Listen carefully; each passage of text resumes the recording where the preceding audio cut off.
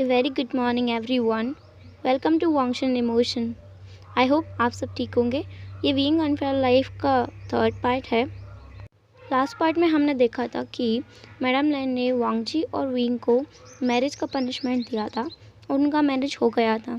Then वो लोग room में आए थे एंड मैडम लैन ने विंग को बताया था कि वांगजी उसे पसंद करता है। स्टोरी इससे आगे जानेंगे। जब मैडम लैन ने बोला कि वांगजी विंग को पसंद करता है, विंग शॉकिंगली वांगजी की तरफ देख रहा था और वांगजी भी शॉकिंगली विंग की तरफ देख रहा था। विंग मन में सोच रहा था कि पसंद तो वो भी वांगजी को करता है एंड वांगजी भी उसे पसंद करता है। ये बात सोचकर उसे बहुत अच्छा लग रहा था। दूसरी तरफ वांगजी ने जब सुना कि मैडम लैन ने विंग को बता दिया कि वांगजी विंग को पसंद करता है, देन वांगजी सोच रहा था कि अब क्या होगा। विंग को ये पता चल गया कि वो उसे पसंद करता है एंड वो मैरिड था। उसके बाद भी विंग उसके बारे में क्या सोचेगा। मैडम लैन स्माइल के साथ उन दोनों को देख रही थी। कुछ टाइम बाद मैडम लैन बोलती है, तो ठीक है, मैं अभी सोने जा रही हूँ, तुम लोगों का फर्स्ट नाइट है, जस्ट एन्जॉय, बाय बाय। ये बोलकर वो अपने रूम में चले जाती हैं। इधर वांगजी एंड विंग एक दूसरे को ही घूरे जा रहे थे। वो दोनों अभी भी शॉक में ही थे। विंग के मन में एक ही बात चल रहा था जो मैडम लैन ने उसे अभी बताया कि वांगजी उसे पसंद करता है, वो भी उसके मैरिज के टाइम से ही। उसका मैरिज हो गया, उसके बाद भी वो विंग को पसंद करता था एंड वांगजी सोच रहा था कि अब विंग उसके बारे में क्या सोच रहा होगा कि मैरिज होने के बावजूद भी वांगजी विंग को पसंद करता था। ये तो अनफेयर है। इन सब ख्यालों से सबसे पहले वांगजी बाहर आता है एंड देन उसका रूम में रुकना उसे इम्पॉसिबल लग रहा था। लाइक वो विंग को कैसे फेस करे। सो वो विंग से बोलता है, मुझे थोड़ा बाहर जाना है एंड वो रूम के बाहर आ जाता है। बाहर आके वांगजी सोच रहा था ये बिल्कुल गलत है क्योंकि अभी 7 से ज़्यादा बज चुका है एंड ये रूल्स के ख़िलाफ़ है। इस टाइम के बाद किसी को भी अपने रूम से बाहर आने का परमिशन नहीं है। उसने एक रूल तोड़ दिया आज, बट वो विंग को फेस नहीं कर सकता। उसे बाहर थोड़ी देर ताज़ी हवा में रहना चाहिए। उधर विंग अपने ही सोच में था। उसके बस माइंड में एक ही चीज़ चल रहा था जो मैडम लैन ने उसे बताया कि वांगजी उसे पसंद करता है। विंग इस बात से बहुत खुश था क्योंकि वो भी वांगजी को पसंद करता है, वो भी बहुत पहले से। वो उसके बारे में बहुत कुछ पता करता था, बहुत कुछ जानता था, उसके बारे में लोगों से पूछता था, उसके बारे में रिसर्च करता था एंड उसके बारे में पता करके उसे बहुत अच्छा फील होता था। उसने कभी मास्टर लैन को देखा नहीं था, बट फिर भी वो उसे पसंद करता था एंड आज जब उसे पता चला कि मास्टर लैन भी उसे पसंद करता है उसका मैरिज के बावजूद, तो उसे बहुत अच्छा लग रहा था। वो अभी यही सोच रहा था। 15 मिनट लगे उसे ये सोच से बाहर आने के लिए एंड जब वो अपने ख्यालों की दुनिया से बाहर आया, उसने अपने आसपास देखा, उसके आसपास कोई नहीं है। देन उसे याद आया कि मैडम लैन अपने रूम में जा चुकी है एंड उसे याद आया कि मैडम लैन ने जाते हुए क्या बोला था। उन्होंने बोला था कि उन दोनों का फर्स्ट नाइट है, उन्हें एंजॉय करना है। ये सोचकर ही विंग ब्लश करने लगा था। विंग खुद स्लैप करता है, बोलता है, विंग तुम कैसे ब्लश कर सकते हो, तुम एक मेन हो। देन विंग देखता है कि उसके आसपास वांगजी भी नहीं है। वो सोचता है कि उसे बाहर जाना चाहिए वांगजी को देखने के लिए। वो पूरा रूम में कहीं नहीं है, शायद वो बाहर ही गया होगा। विंग को पता है कि ये फॉरबिडन है, बट मास्टर लैन बाहर गए हैं। ये सोचकर उसे थोड़ा शॉक भी फील हो रहा था, बट उसे कंफर्म है कि मास्टर लैन पक्का बाहर ही गए हैं। सो वो भी रूम के बाहर आ जाता है वांगजी को देखने के लिए एंड वांगजी उसे देख भी जाता है। थोड़ी ही दूरी पर वांगजी खड़ा हुआ था एंड स्काई की तरफ देख रहा था। वो बिल्कुल एक गॉड की तरह लग रहा था, बहुत ही ब्यूटीफुल, बिल्कुल हेवनली ब्यूटी की तरह। विंग बस उसे देखता ही जा रहा था एंड चलते चलते कब वो वांगजी के पास पहुंच गया उसे पता ही नहीं चला एंड विंग ने नोटिस किया कि वांगजी स्काई की तरफ देख रहा है। सो विंग ने भी वांगजी को आइस को फॉलो किया एंड उसने देखा कि वांगजी फुल मून को देख रहा है। विंग अपने मन में सोचता है, ये फुल मून कितना ब्यूटीफुल है, बिल्कुल मास्टर लैन की तरह। सेकंड मास्टर लैन और इस मून में अंतर करना बहुत मुश्किल है एंड आई थिंक मास्टर लैन इस मून से ज़्यादा हैंडसम लगते हैं। उसने ये सोचा तो मन में था, पर उसने ये चीज़ें ज़ोर से ही बोल दिया। सो ये सब बातें वांगजी ने सुन लिया एंड वो घूरकर विंग की तरफ देखने लगा। जब विंग को रियलाइज़ हुआ कि मास्टर ने उसे देख रहा है, तो उसने भी उसकी तरफ देखा। विंग को तो पता ही नहीं कि उसने क्या कर दिया। उसने जो मन में सोचा उसने ज़ोर से बोल दिया, बट उसे ये पता नहीं था। सो वो भी वांगजी की तरफ देख रहा था एंड उसे थोड़ा ऑकवर्ड भी लग रहा था कि वांगजी उसे ऐसे क्यों घूर रहा है। सो वो वांगजी की तरफ देखता है और एक सॉफ्ट स्माइल के साथ बोलता है, मास्टर लन, आप मुझे ऐसे क्यों देख रहे हैं? क्या मैं इतना ज़्यादा प्रिटी हूँ कि आपकी नज़र मुझसे नहीं हट रही है? वांगजी उससे बोलता है, शेमलेस, एंड वो दूसरी तरफ मुड़ के अंदर जाने लगता है। विंग अपने मन में सोचता है, ये मुझे पसंद करता है एंड जब मैं इससे बोल रहा हूँ कि मैं प्रिटी हूँ तो इसे आंसर करना चाहिए, यस मैं प्रिटी हूँ, बट ये तो मुझे शेमलेस बोल के जा रहा है। हाउ रूड, वो पाउट करता है एंड देन वो भी वांगजी की पीछे पीछे जाने लगता है। जब वो दोनों रिंगशे में आ जाते हैं तो वांगजी गेट क्लोज कर देता है एंड विंग की तरफ मुड़कर उसे देखने लगता है। थोड़ी देर बाद वो बोलता है, तुम जाके सो जाओ। विंग बोलता है, हाँ। देन वांगजी रिपीट करता है, तुम जाके सो जाओ। विंग को अभी भी कुछ समझ नहीं आया, वांगजी क्या बोल रहा है। देन वांगजी वहाँ से मुड़कर जाने लगता है। सो विंग भी उसे फॉलो करता है। वांगजी बेड के पास आकर रुक जाता है एंड उसको अपनी आई से इशारा करते हुए बैठने का बोलता है। विंग भी वहाँ बैठ जाता है। विंग ने रेड कलर का रोब पहना हुआ है एंड वेल भी पहना हुआ है। ये लाइन कलर का ही रूल है वेल पहनने का। विंग ने एक ऐसा वेल पहना है जिससे वो सबको देख सकता है, वो सबको देख सकता है, बट विंग को कोई नहीं देख सकता। ये ट्रांसपेरेंट वेल है। आई मीन जो व्यक्ति इसको पहने हुए है वो बाहर का देख सकता है, बट बाहर का व्यक्ति विंग का चेहरा नहीं देख सकता। एंड मैरिज का रूल है कि हस्बैंड अपनी वाइफ का वेल हटाता है। सो वांगजी ने वही किया, उसने विंग का वेल हटा दिया एंड वो विंग को ही घूरे जा रहा था क्योंकि विंग सच में बहुत ज़्यादा ब्यूटीफुल लग रहा था। वांगजी का आइस उससे हट ही नहीं रहा था। सो वो उसे ही देखे जा रहा था एंड जब विंग ने देखा कि वांगजी उसे ही देख रहा है, देन उसने एक ब्राइट स्माइल किया। उस स्माइल की वजह से वांगजी अपना ख्यालों से बाहर आया एंड वो भी विंग के पास में बैठ गया एंड उसने विंग की तरफ अपना हेड को डाउन कर लिया। विंग को कुछ समझ नहीं आया। वांगजी को पता है कि विंग को समझ नहीं आ रहा। सो वांगजी ने बोला, मैरिज का सेकंड रिचुअल, फोरहेड रिबन उतारना। वाइफ अपना हस्बैंड का फोरहेड रिबन उतारता है। विंग ने सुना, देन उसके दिमाग में कुछ गया। वाइफ अपना हस्बैंड का फोरहेड रिबन निकालता है, इसका मतलब वांगजी ने उसको उसका हस्बैंड बोला एंड विंग को उसका वाइफ। विंग का मन कर रहा था कि वो वांगजी को बोले कि वो उसका वाइफ नहीं हस्बैंड ही है, पर उसने ऐसा नहीं बोला एंड उसने नोट किया और उसने वांगजी का फोरहेड रिबन उतारा और उसके हाथ में रख दिया। ये बहुत ऑकवर्ड कंडीशन था कि इसके आगे क्या। विंग ने देखा कि वांगजी अपने प्लेस से खड़ा हो गया है एंड वो दूसरी साइड गया। उसने अपना फोरहेड रिबन टेबल पे रखा एंड वो बिल्कुल स्ट्रेट पोजीशन में जाकर बेड का एक साइड में सो गया। विंग थोड़ा डिसअपॉइंटेड हो गया क्योंकि उसने तो कुछ और ही सोचा था। उसने खुद के ऊपर हंसा और खुद से ही बोलने लगा, विंग तुम ऐसा क्यों सोच सकते हो? मास्टर लैन को किसी का टच बर्दाश्त नहीं है। वो सिर हिलाता है और वो भी बेड की दूसरी साइड जा कर के सो जाता है। वांगजी तो स्ट्रेट सो जाता है क्योंकि उसका आदत है, बट विंग का ऐसा कोई आदत नहीं है। वो हमेशा से अकेले बेड पे सोता है। सो वो पूरे में रोल करता रहता है, पूरे बेड को ही छानता रहता है। सो जब विंग का नींद लग गया तो वो इधर उधर घूमने लगा एंड उसे पता भी नहीं चला कि कब वो घूमते घूमते वांगजी के पास गया एंड एक पैर उसके ऊपर और दूसरा हाथ उसके ऊपर रख के और सो गया। वांगजी का नींद तुरंत खुल गया एंड उसने देखा कि विंग उसको हक करके सो रहा है, एक पैर से और एक हाथ से। वांगजी सोच रहा था क्या वो उसे जगाए एंड बोले कि थोड़ा दूर होके सोए या खुद ही उसको हटा दे। वांगजी ने इन दोनों में से कुछ नहीं किया, वो ऐसे ही सो गया। उसका नींद ही नहीं लग रहा था क्योंकि आज से पहले इसके साथ ऐसा कभी नहीं हुआ।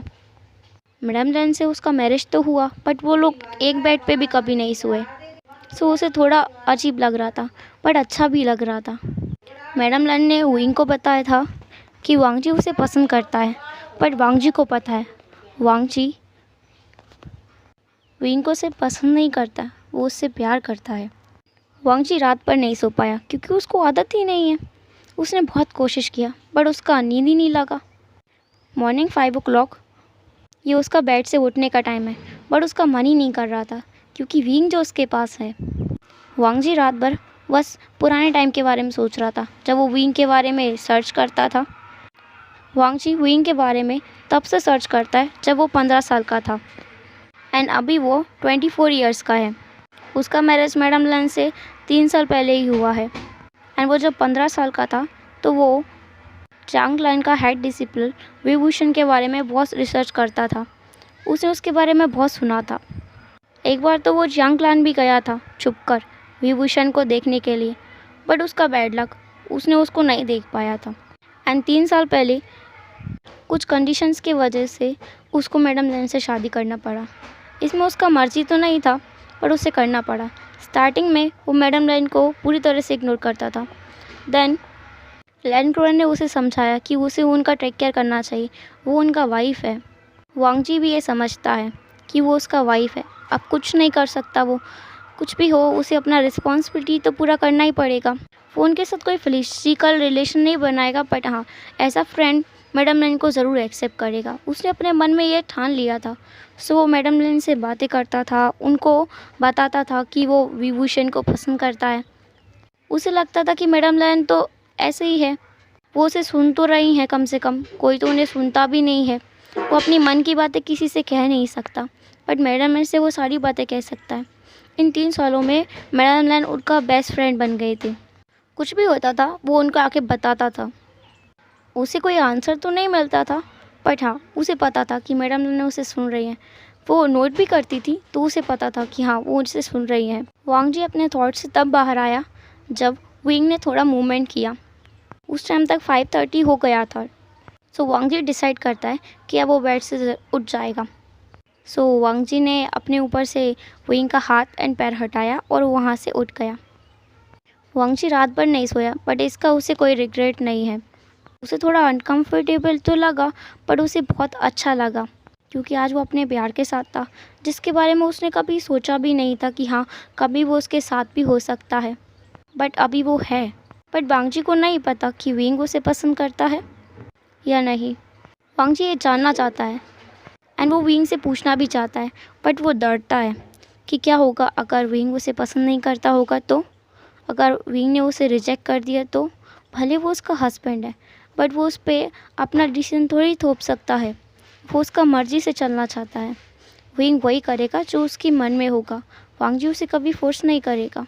सो अपना डेली रूटीन फिनिश करता है एंड वो ब्रेकफास्ट प्रिपेयर करने के लिए चला जाता है। वांग जी ब्रेकफास्ट खुद ही बनाता है। पहले वो मैडम लैन और खुद के लिए बनाता था, अब वो विंग के लिए भी ब्रेकफास्ट बनाएगा। ये सोचकर ही उसके चेहरे पर एक छोटा सा स्माइल आ गया। वांग जी बहुत कम स्माइल करता है एंड वो विंग के बारे में सोचते ही स्माइल करने लगता है। जब वांग जी ने ब्रेकफास्ट प्रिपेयर कर लिया, दैन वो वापस वहाँ आता है जहाँ विंग सोया हुआ है। वांग जी सोचता है वो विंग को कैसे जगाए। तभी पीछे से आवाज़ आता है, क्या मैं उसे जगा दूँ तुम्हारे लिए। वांग जी पीछे मुड़ के देखता है तो वहाँ मैडम लैन थी, जो कि स्माइल करते हुए वांग जी से पूछ रही थी कि क्या वो उसे जगा दें। वांग जी ने स्लाइटली नोट किया। मैडम लैन आगे बढ़ी एंड उन्होंने एक जग पानी का उठाया और उसको विंग के ऊपर फेंक दिया। वांग जी ये देखकर बहुत ज़्यादा शॉक था कि वो ऐसा कैसे कर सकती है। उसने कभी मैडम लैन को ऐसे नहीं देखा। विंग शॉक्ड में उठता है ज़ोर से और बोलता है भूकंप आ गया, अर्थक्वेक आ गया, और ज़ोर से उठ जाता है। वो बेड से नीचे खड़ा होता है और वो सामने देखता है कि मैडम लैन एक पानी का जग पकड़े हुए हैं और ज़ोर ज़ोर से हंस रही हैं। वांग जी शॉक में उन्हीं को देख रहा है। विंग भी शॉक्ड होकर मैडम लैन की तरफ देखता है कि ये क्या हुआ। मैडम लैन हंसते हुए बोलती हैं सॉरी मास्टर वे, बट आप उठ नहीं रहे थे। वांग जी को कितनी देर से जगा रहा है, बट आप उठ ही नहीं रहे थे, तो मैंने सोचा मैं ही आपको जगा दूं। वांग जी सोचता है वो तो अभी आया था, उसने तो एक बार भी ट्राई नहीं किया। लैन क्लैन में झूठ बोलना मना है। उसके दिमाग में यही आ रहा था कि मैडम लैन ने अभी अभी एक रूल तोड़ा। मैडम लैन को सारा रूल्स याद है, वांग जी ने खुद याद कराया है। सो मैडम लैन रूल क्यों तोड़ रही हैं। उधर विंग अभी भी शॉक में मैडम लैन को ही देखे जा रहा था। मैडम लैन विंग के पास जाती हैं और बोलती हैं, मास्टर वे आप घबराइए मत, मैंने बस आपके ऊपर पानी डाला है, देखिए अब आपका चेहरा बहुत ग्लो कर रहा है। वैसे भी ये करने के लिए मुझे वांग जी ने ही बोला था। वांग जी अगेन शॉक में मैडम लैन की तरफ देखता है। वो सोचता है उसने कब ऐसा बोला था, उसने ऐसा कुछ नहीं बोला था। अगेन वांग जी के दिमाग में चल रहा था, सेकेंड टाइम झूठ बोलना मना है, रूल ब्रेक कर दिया। अब विंग शॉक में वांग जी की तरफ देख रहा था। क्या वांग जी ने ऐसा करने के लिए बोला कि उसके ऊपर पानी डाल के उसे जगा दे? इससे पहले कि विंग वांग जी से कुछ पूछता, वांग जी सोचता है यहाँ से निकल लेना बेटर है। सो वो मुड़ता है एंड किचन की तरफ चला जाता है। विंग देखता है कि उसके साइड टेबल पे ब्रेकफास्ट रखा हुआ है। अभी तो उसे समझ ही नहीं आ रहा कि वो कैसा रिएक्ट करे। मैडम लैन ने उसे जगाया, वो भी पानी डाल करके। मैडम लैन देखती हैं कि विंग ब्रेकफास्ट की तरफ देख रहा है। सो वो बोलती हैं, क्या आपको भूख लगी है? वैसे ये ब्रेकफास्ट वांगची ने बनाया है स्पेशली आपके लिए। सो आप जल्दी रेडी हो जाइए, हम तीनों ब्रेकफास्ट करेंगे साथ में। विंग नोट करता है क्योंकि उसे समझ ही नहीं आ रहा है वो क्या बोले। ये इतना अजीब सिचुएशन है, ये वो इसके साथ पहली बार हो रहा है। जांगलान में भी किसी ने उसे पानी डाल के नहीं जगाया। जांगचन उसे जगाता था पर वो किक करता था, पानी नहीं डालता था। पर यहाँ ये उसके साथ पहली बार हुआ है एंड अनएक्सपेक्टेडली हुआ है। उसने कभी सोचा भी नहीं था कि ऐसा भी कुछ उसके साथ लैन क्लैन में हो सकता है। सो वो मैडम लैन को नोट करता है एंड बाथरूम की तरफ चला जाता है। मैडम लैन अभी भी हंसे ही जा रही थी। थोड़ी देर बाद मैडम लैन भी अपना रूम में चली जाती हैं। अब ब्रेकफास्ट टाइम में Wing, Wang ji and madam Lan तीनों साथ में बैठे हुए थे। विंग अपना ब्रेकफास्ट लेकर के वहीं आ गया था उन दोनों के साथ में ब्रेकफास्ट करने के लिए।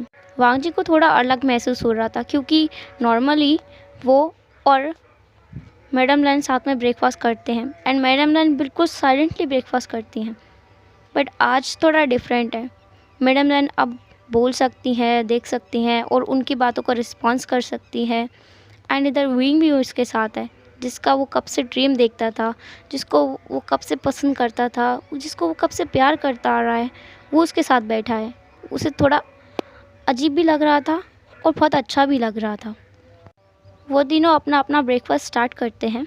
बीच में ही मैडम लैन बोलती है, वांग जी तुम्हें पता है मैं तुमसे एक कब से बोलना चाहती हूँ, तुम ब्रेकफास्ट बहुत अच्छा बनाते हो बट इसमें थोड़ा चिली भी डाला करो, ये बहुत प्लेन फूड है। तुम बनाते बहुत अच्छा टेस्ट है बट इसमें थोड़ा चिली ऐड होना चाहिए। विंग भी बोलता है, हाँ इस बात पे तो मैं भी एग्री करूँगा, इसमें थोड़ा चिली हो, ये फूड बहुत ज़्यादा डिलीशियस लगेगा। वांग जी को याद आता है कि विंग को चिली पसंद है, विंग को स्पाइसी फूड पसंद है, बट उसे ये नहीं पता था कि मैडम लैन को भी स्पाइसी फूड पसंद है।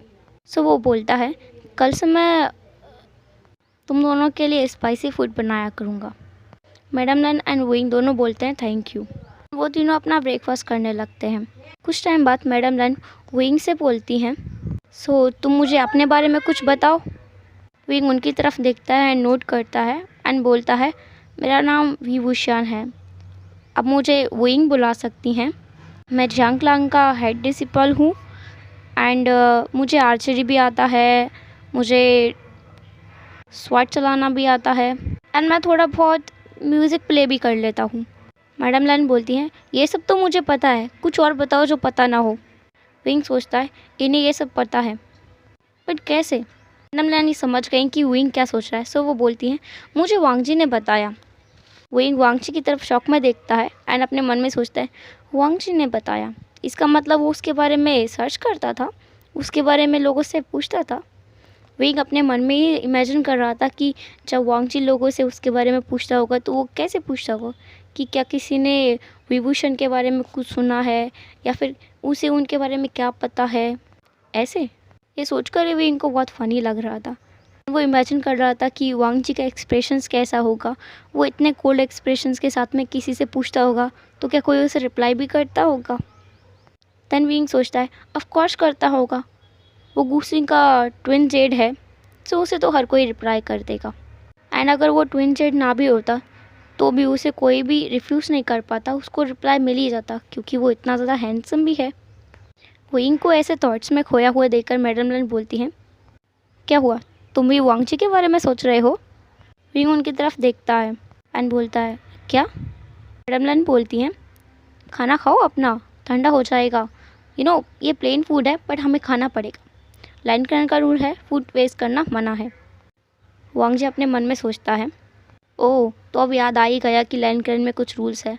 मॉर्निंग से ली ने 2 बार झूठ बोला है, चलो अब तो उसे याद आया कि लैन क्लैन का कुछ रूल्स है। मैडम लैन वांग जी की तरफ देखती हैं और बोलती हैं, मुझे हमेशा से पता है कि यहाँ का रूल्स है, मैं फॉलो भी करती हूँ। हाँ, कभी कभी डिले करना चलता है। वांगची उनकी तरफ शौक में देखता है एंड वो सोचता है, क्या इसने मेरा मन का बात सुन लिया? मैडम लान बोलती है, हाँ हाँ, मन का बात मैं पढ़ लेती हूँ। वांगची अगेन शौक में उसकी तरफ देखता है एंड वीइंग भी उन दोनों की तरफ ही देख रहा था। सो वो पूछता है, आप मन का बात पढ़ सकती हैं? सुन सकती हैं। मैडम लान बोलती है, हाँ, मैं मन का बात सुन सकती हूँ। सो मुझे वो भी पता है जो लोग एक दूसरे से नहीं बोलते, जैसे कि आप मास्टर हुए। आपके मन में भी तो बहुत कुछ है जो आप नहीं बोलते। विंग सोचता है, क्या इन्हें पता है कि वो वांगची को पसंद करता है? मैडम लान बोलती है, हाँ, मुझे पता है कि तुम। एंड वो रुक जाती है, इसके आगे वो कुछ नहीं बोलती। विंग अगेन मन में सोचता है, इनको तो सब पता है। एंड वांगची का नज़र उन दोनों पे था। वांगची सोच रहा था, ये किस बारे में बात कर रही है? विंग ऐसा क्या सोच रहा है जो इनको पता है एंड वो नहीं बता रहा है? मैडम लान वांगची की तरफ देखती हैं और बोलती हैं, तुम लोग मन में बातें करना कब बंद करोगे? मुझे सब सुनाई देता है एंड वो जो नहीं बता रहा है वो तुम्हारे से रिलेटेड है। अगर तुम्हें जानने का इतना इंटरेस्ट है तो तुम पूछ सकते हो। विंग उनकी तरफ देखता है। अब विंग को सब समझ आ रहा था कि मैडम लान उनकी बातें सुन सकती है, जो वो मन में कहेगा वो सब सुन सकती है। सो विंग कोशिश करता है कि वो कुछ ना सोचे। वांगची भी समझ गया कि मैडम लान उसके मन का बातें समझ सकती है, इसलिए तो मैडम को सब कुछ पता है। वो बातें भी जो मैडम लान से वांगची ने नहीं बोला था, जो अपने मन में सोचता था, वो भी मैडम लान को पता है। सो वो आगे कुछ नहीं बोलता एंड विंग भी कुछ नहीं बोलता, क्योंकि अगर वो मन में भी सोचेंगे तब भी मैडम लान को पता चल ही जाएगा। वो दोनों साइलेंटली अपना ब्रेकफास्ट करने लगते हैं। विंग पूरा ट्राई कर रहा था कि वो अपने मन में कुछ ना सोचे। उन दोनों को साइलेंटली ब्रेकफास्ट करते हुए देखकर मैडम लान बोलती हैं, हाउ बोरिंग, तुम दोनों ही बोरिंग हो। उनकी तरफ देखता है और बोलता है, मैं बोरिंग नहीं हूँ, मैं बहुत इंटरेस्टिंग पर्सन हूँ, बहुत एंटरटेनिंग भी। मैडम लान बोलती है, मैं भी। वांगची बस अपना ब्रेकफास्ट साइलेंटली ही कर रहा था एंड इधर विंग एंड मैडम लान बातें किए जा रहे थे। ऐसा लग ही नहीं रहा था कि वो दोनों कुछ दिनों पहले ही मिले हैं, फिर कल ही मिले हैं, बल्कि ऐसा लग रहा था उन दोनों को देखकर कि ये दोनों एक दूसरे को बहुत पहले से जानते हैं। विंग को अभी भी एक स्ट्रेंज फीलिंग हो रहा था, जैसे उसे मैडम लान को देखकर हमेशा से होता है। जब सेकंड टाइम और फर्स्ट टाइम मैडम लान को उसने देखा था, जैसा फीलिंग उसे तब हो रहा था वैसा ही अब हो रहा था। उसे मैडम लान को देखकर थोड़ा अजीब लगता है, लेकिन बहुत अच्छा भी लगता है। उसे ऐसा लगता है कि वो मैडम लान को बहुत पहले से जानता है, बट कैसे? वो तो कुछ दिनों पहले ही मैडम लान से मिला है। बातें कर रहे थे एंड ब्रेकफास्ट कर रहे थे। उन दिनों को ब्रेकफास्ट हो जाने के बाद में वांगची बोलता है, हम लोगों को अब अंकल के पास जाना है। मैडम लान बोलती हैं, हाँ, मुझे पता है, मैरिज का बाद कपल को अंकल के पास जाना होता है, क्योंकि अब विंग के लिए तुम और विंग दोनों मिलकर के फॉरेन रिबन लेने जाओगे। वांगची नोट करता है। विंग अचानक से पूछता है, मैडम लान, सन, आपका फॉरेन रिबन कहाँ है? मैडम लान उसकी तरफ देखती हैं और एक सॉफ्ट स्माइल के साथ बोलती हैं, मेरे पास नहीं है। पूछता है, क्यों? मैडम लान विंग को बोलती हैं कि जब मेरा और वांगची का मैरिज हुआ था, सो वो यूजुअली नॉर्मल मैरिज नहीं था। मैं मास्टर बाउसन सरन का अडॉप्टेड चाइल्ड हूँ। सो तो कहने पर मेरा मैरिज वांगची से कराया गया था, क्योंकि उनको किसी ने कहा था कि अगर मेरा मैरिज वांगची से होता है तो मैं नॉर्मल हो जाऊँगी, मैं ठीक हो जाऊँगी। सो ये मैरिज नहीं, बल्कि एक तरह से ये एक कंडीशनल मैरिज था, प्रॉपर मैरिज नहीं था। तो सो हम लोगों ने वो रिचुअल फॉलो नहीं किया जो एक्चुअल में हस्बैंड वाइफ फॉलो करता है। तुम दोनों का मैरिज रियल है, ऐसा पनिशमेंट में तुम दोनों को रियल मैरिज दिया था, सो तुम दोनों को सारा रूल्स फॉलो करना पड़ेगा। अब इनको सब समझ आ गया कि मैडम लान का अलग रूम क्यों है। उसे कुछ और भी समझ आया। उसे समझ आया कि वांगची और मैडम लान के बीच में कोई भी फिजिकल रिलेशनशिप नहीं है। उसे सोचकर पता नहीं क्यों अच्छा लगा, शायद इसलिए क्योंकि वो भी वांगची को पसंद करता है। वांगची ने विंग से कहा, हम लोगों को अब चलना है। विंग ने नोट किया एंड वो चलने लगा। उसने नोटिस किया कि मैडम लान उनके साथ नहीं है। थोड़ा दूर चलने के बाद उसने वांगजी से पूछा, क्या मैडम लान हमारे साथ नहीं आएंगी? वांगजी ने उसकी तरफ बिना देखे बोला, नहीं, वो नहीं आएगी।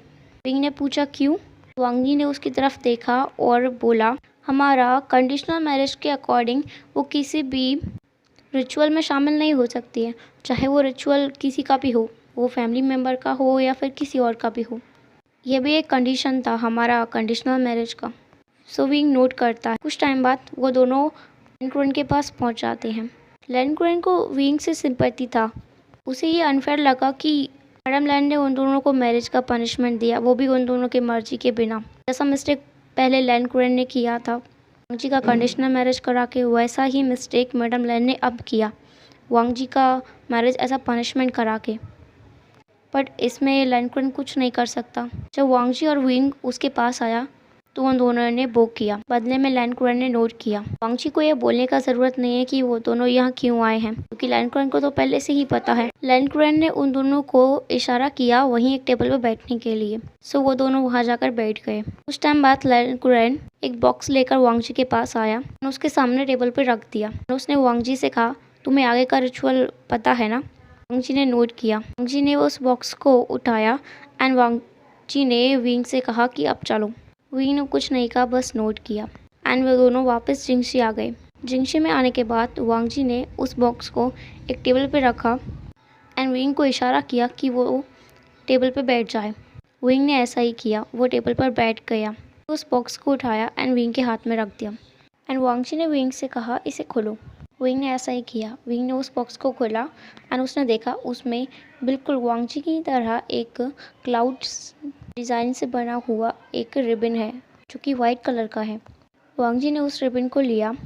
उसने उस रिबन को अपने हाथ में पकड़ा एंड उसने विंग की तरफ देखा एंड उसने बोला, लैन कुरन के मैरिज रिचुअल के हिसाब से अब मुझे ये रिबन तुम्हारे फोरहेड पे पहनाना है। विंग ने वही रोब्स पहना हुआ है जो वो नॉर्मली पहनता है। लैन कुरन का कपड़ा नहीं पहना हुआ है। विंग ने नोट किया। जब वांग जी को परमिशन मिल गया सो उसने उस रिबन को विंग के हेड में टाई करना स्टार्ट किया। जब वांग जी फोरहेड रिबन को विंग को पहना रहा था फोरहेड पे, तो उसका फिंगर्स विंग का फोरहेड को टच कर रहा था। इस टच से ही विंग का बॉडी में गूज़बम्प्स आ रहा था। विंग को कुछ स्ट्रेंज फीलिंग हो रहा था एंड वो चाहता था कि वांग जी उसे टच करे और ज़्यादा टच करे। बट ऑफ कोर्स वो वांग जी को ऐसा बोल नहीं सकता। भले ही उसे पता है कि वांग जी उसे पसंद करता है, उससे प्यार करता है, बट अभी तक विंग ने कन्फेस नहीं किया है।